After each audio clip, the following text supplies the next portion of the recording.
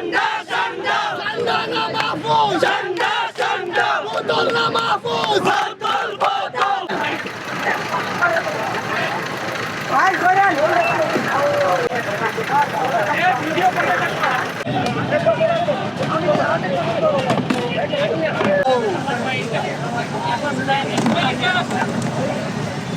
ঠিক আছে সব করে ভাই যায়েন না ভাই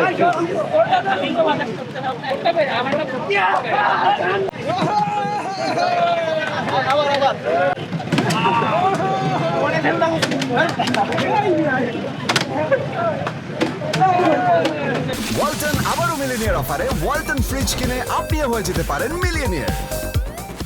আসলে আমরা জগন্নাথ বিশ্ববিদ্যালয়ের সাধারণ শিক্ষার্থীরা আমরা যে 3 দফা দাবি থেকে 4 দফা দাবিতে আমরা উত্তীর্ণ হয়েছি, সেই দাবির পরিপ্রেক্ষিতে গতকাল আমাদের ছাত্র উপদেষ্টা মাহফুজ আলম সাহেব উনি আমাদের এখানে এসে ওনার যে প্রতিক্রিয়া, আমরা ওনার কাছ থেকে যে আশা বা ওনার কাছ থেকে আমাদের যে প্রত্যাশা ছিল উনি আমাদের সেই প্রত্যাশা দিতে পারেনি, বরঞ্চ আমাদের পিতৃতুল্য শিক্ষকদের উপর যে আন্দোলন আক্রমণ হয়েছে বরঞ্চ ওইটার প্রতি কোনো প্রতিবাদ না জানিয়ে ওনার উপর যে একটা অনাকাঙ্ক্ষিত ঘটনা বোতল নিক্ষেপের জন্য উনি যেই ধরনের আচরণ আমাদের VC sir, proctor sir, pro VC স্যারের সাথে যেই ধরনের ঘটনা করেছে তার পরিপ্রেক্ষিতে আমরা তার প্রতি প্রতিবাদ স্বরূপ এই বোতল নিক্ষেপ করছি। আমরা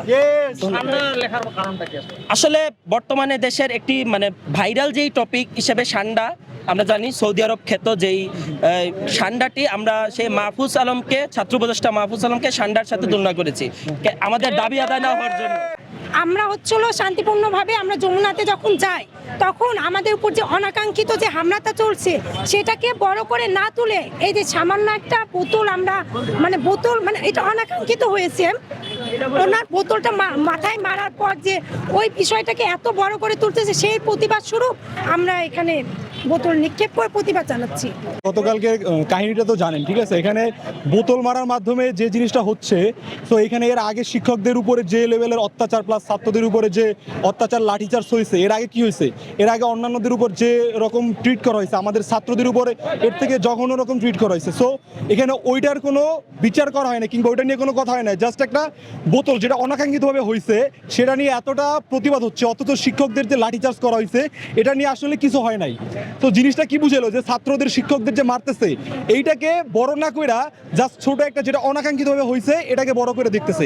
সো এটার প্রতিবাদ স্বরূপ যে আমাদের শিক্ষকদের উপর এরকম অত্যাচার হয়েছে এটাকে তো আমরা দেখতেছি না, এটাকে কেন তুলতেছেন? আমরা তো ন্যায্য কিছু আদায়ের জন্য আমরা এখানে আসছিলাম, তাই না? আমরা তো অন্য কিছুর জন্য আসি নাই।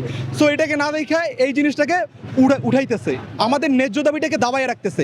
সো এটার প্রতিবাদ স্বরূপ আমরা কি করতেছি এটা দেখাচ্ছি যে প্রতিবাদ স্বরূপ এটা করতেছি।